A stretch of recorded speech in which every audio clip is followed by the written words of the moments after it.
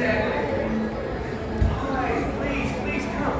We're going to read from our Holidays at Sea storybook, one of my favorite holiday storybooks. All right, Stanley, are you ready? All right. So today we're going to be reading a story called The Polar Pal's Wish.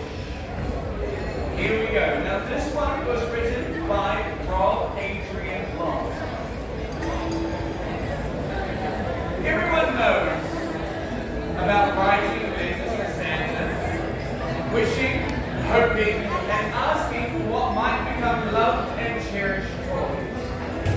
But did you know that toys also get a wish as to where they'll get to go? It's true.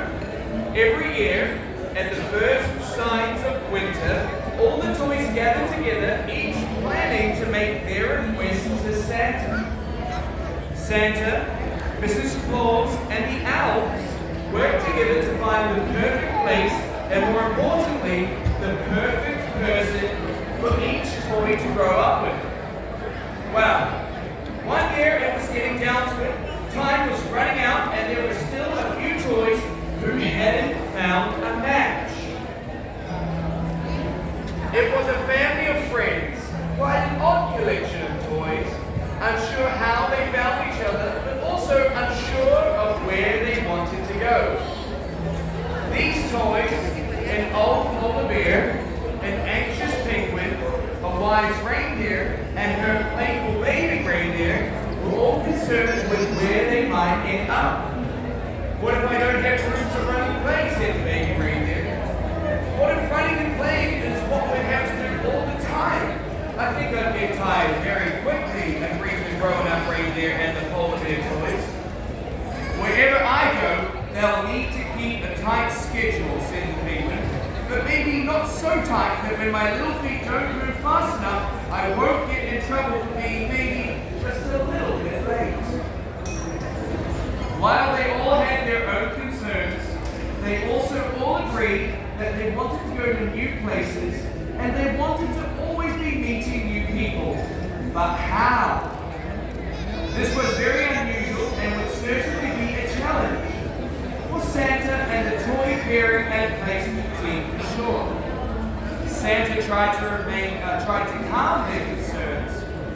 I remember a new teddy bear who was hoping to find home with a young veterinarian.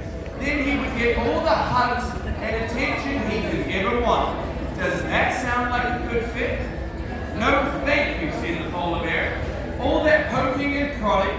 I don't think so. Also, I'm a polar bear toy. I feel like any time they take my temperature, I'd be too cold. Nope, a young veterinarian, not a good fit for me. Just then, a little elf tugged on Santa's pant leg. Santa leaned down for the elf to whisper in his ear. Yes, recalled Santa.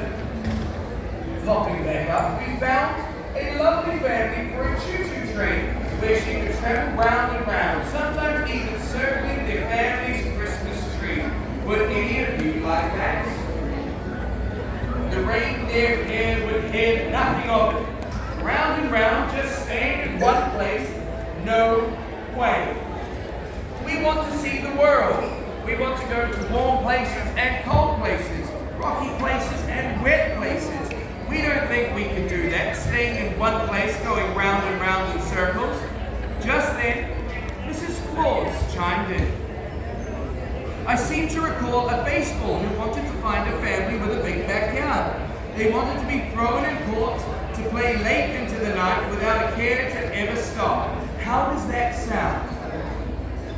With a shake in their voice, the toy penguin piped up. Oh goodness, I don't know about that. Look at my floppy little feet.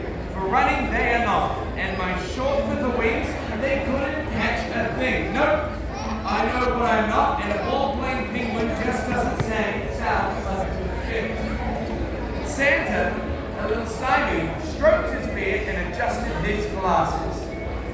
You see, Santa, we just don't know if going to live with one child, with one family, is for us, said the toy polar bear.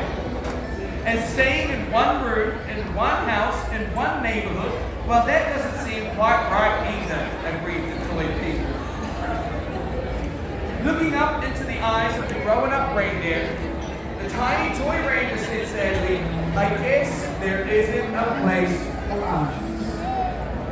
Well, I wouldn't be so sure, said Santa wittily. I've seen this before. You have all four of the adventure-seeking polar pals and the brightest eyes